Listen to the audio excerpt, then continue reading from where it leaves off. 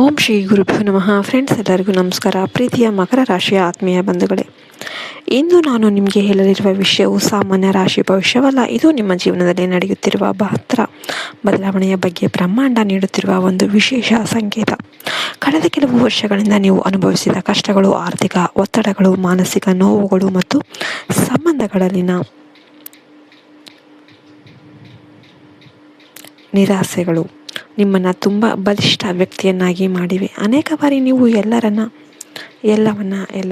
ಬಿಟ್ಕೊಡ್ಬೇಕು ಅಂತ ಯೋಚನೆ ಮಾಡಿದರೂ ಕೂಡ ನಿಮ್ಮೊಳಗಿನ ಧೈರ್ಯ ನಿಮ್ಮನ್ನೇ ಮತ್ತೆ ಎಬ್ಬಿಸಿದೆ. ಮಕರ ರಾಶಿಯವರೇ, ನಿಮ್ಮ ರಾಶಿಯ ಅಧಿಪತಿ ಶನಿದೇವ. ಆದ್ದರಿಂದ ನೀವು ಜೀವನದಲ್ಲಿ ಏನಾದರೂ ಸಾಧನೆ ಮಾಡಬೇಕು ಅಂತ ಅಂದ್ಕೊಂಡ್ರೆ ಕಠಿಣ ಪರಿಶ್ರಮದ ಮಾರ್ಗವನ್ನೇ ಅನುಸರಿಸಬೇಕಾಗುತ್ತೆ.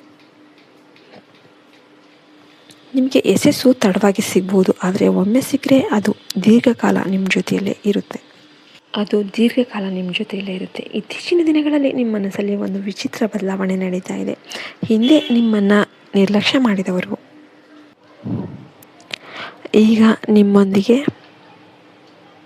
ಮಾತನಾಡಲು ಪ್ರಯತ್ನ ಮಾಡ್ತಿದ್ದಾರೆ. ನಿಮ್ಮ ಸಾಮರ್ಥ್ಯವನ್ನು ಕಡೆಗಣಿಸಿದವರು ಈಗ ನಿಮ್ಮ ಮೌಲ್ಯವನ್ನು ಅರ್ಥ ಮಾಡಿಕೊಳ್ಳೋದಕ್ಕೆ ಆರಂಭ ಮಾಡಿದ್ದಾರೆ.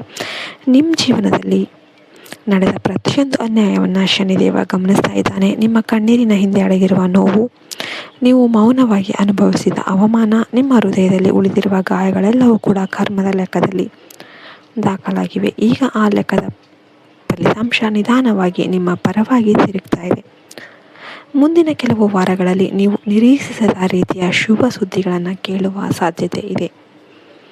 ಆರ್ಥಿಕ ವಿಷಯದಲ್ಲಿ ಹೊಸ ಅವಕಾಶಗಳು ತೆರೆದುಕೊಳ್ಳಬಹುದು. ಉದ್ಯೋಗದಲ್ಲಿರುವವರಿಗೆ ಬಡ್ತಿ ಅಥವಾ ವೇತನ ಹೆಚ್ಚಳದ ಸೂಚನೆಗಳು ಕಾಣಬಹುದು. ವ್ಯಾಪಾರ ಮಾಡುವವರಿಗೆ ಹೊಸ ಒಪ್ಪಂದಗಳು ಮತ್ತು ಉತ್ತಮ ಲಾಭದ ಅವಕಾಶಗಳು ಬರಬಹುದು.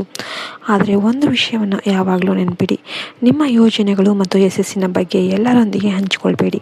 ನಿಮ್ಮ ಮೌನವೇ ನಿಮ್ಮ ದೊಡ್ಡ ಶಕ್ತಿಯಾಗಿರುತ್ತೆ. ಇತ್ತೀಚೆಗೆ ನೀವು ಹೆಚ್ಚು ಒಂಟಿಯಾಗಿರೋದಕ್ಕೆ ಬಯಸ್ತಾ ಇದ್ದೀರಾ? ಜನರ ನಡುವೆ ಇದ್ರೂ ಕೂಡ ನಿಮ್ಮ ಮನಸ್ಸು ಶಾಂತಿಯನ್ನು ಹುಡುಕ್ತಾ ಇದೆಯಾ?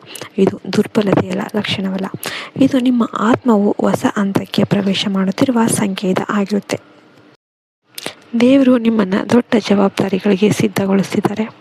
ಅದಕ್ಕಾಗಿ ನೀವು ಜೀವನದಿಂದ ಕೆಲವು ಜನರನ್ನು ದೂರ ಮಾಡ್ತಿದ್ದಾರೆ ಮತ್ತು ಕೆಲವು ನಿಜವಾದ ವ್ಯಕ್ತಿಗಳನ್ನು ನಿಮ್ಮ ಕಡೆಗೆ ಕಳಿಸ್ತಾ ಇದ್ದಾರೆ. ಮುಂದಿನ ದಿನಗಳಲ್ಲಿ ನಿಮ್ಮ ಜೀವನದಲ್ಲಿ ಒಬ್ಬ ವಿಶೇಷ ವ್ಯಕ್ತಿಯ ಪ್ರವೇಶ ಆಗುವ ಸಾಧ್ಯತೆ ಇದೆ. ಈ ವ್ಯಕ್ತಿಯು ನಿಮ್ಮನ್ನು ಅರ್ಥ ಮಾಡಿಕೊಳ್ಳುವ ಮತ್ತು ನಿಮ್ಮ ಬೆಳವಣಿಗೆಗೆ ಬೆಂಬಲ ನೀಡುವ ಗುಣವನ್ನು ಹೊಂದಿರಬಹುದು. ಆದರೆ ಪ್ರತಿಯೊಂದಕ್ಕೂ ಕೂಡ ಪ್ರತಿಯೊಬ್ಬರನ್ನು ತಕ್ಷಣ ನಂಬುವ ತಪ್ಪು ಮಾಡಬೇಡಿ. ಸಮಯ ತೆಗೆದುಕೊಂಡು ಅವರ ನಿಜವಾದ ಸ್ವಭಾವವನ್ನು ಅರ್ಥ ಮಾಡ್ಕೊಳ್ಳಿ.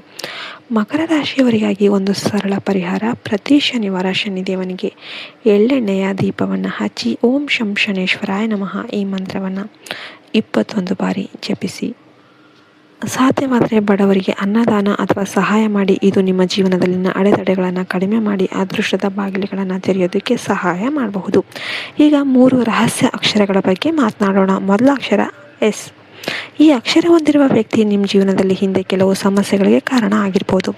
2ನೇ ಅಕ್ಷರ ಆರ್. ಈ ವ್ಯಕ್ತಿ ನಿಮ್ಮ ಯಶಸ್ಸನ್ನು ನೋಡಿ ಅಸೂಯೆ ಪಡುವ ಸಾಧ್ಯತೆ ಇದೆ. 3ನೇ ಅಕ್ಷರ ಕೆ. ಈ ಅಕ್ಷರ ಹೊಂದಿರುವ ವ್ಯಕ್ತಿ ನಿಮ್ಮ ಜೀವನದಲ್ಲಿ ದೇವರು ಕಳಿಸಿದ ಒಳ್ಳೆಯ ಬೆಂಬಲಗಾರ ಆಗಿರಬಹುದು ಮತ್ತು ಭವಿಷ್ಯದಲ್ಲಿ ನಿಮ್ಮ ಪ್ರಗತಿಗೆ ಪ್ರಮುಖ ಪಾತ್ರ ವಹಿಸಬಹುದು.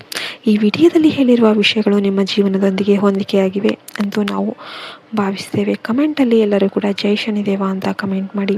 ನಿಮ್ಮ ಅನುಭವಗಳನ್ನು ನಮ್ಮೊಂದಿಗೆ ಹಂಚಿಕೊಳ್ಳಿ. ವಿಡಿಯೋವನ್ನು ಲೈಕ್ ಮಾಡಿ, ನಿಮ್ಮ ಫ್ರೆಂಡ್ಸ್ ಆ್ಯಂಡ್ ಫ್ಯಾಮಿಲಿ ಜೊತೆ ಶೇರ್ ಮಾಡಿ. ನಮ್ಮ ಚಾನಲನ್ನು ಸಬ್ಸ್ಕ್ರೈಬ್ ಆಗೋದನ್ನು ಮರಿಬೇಡಿ.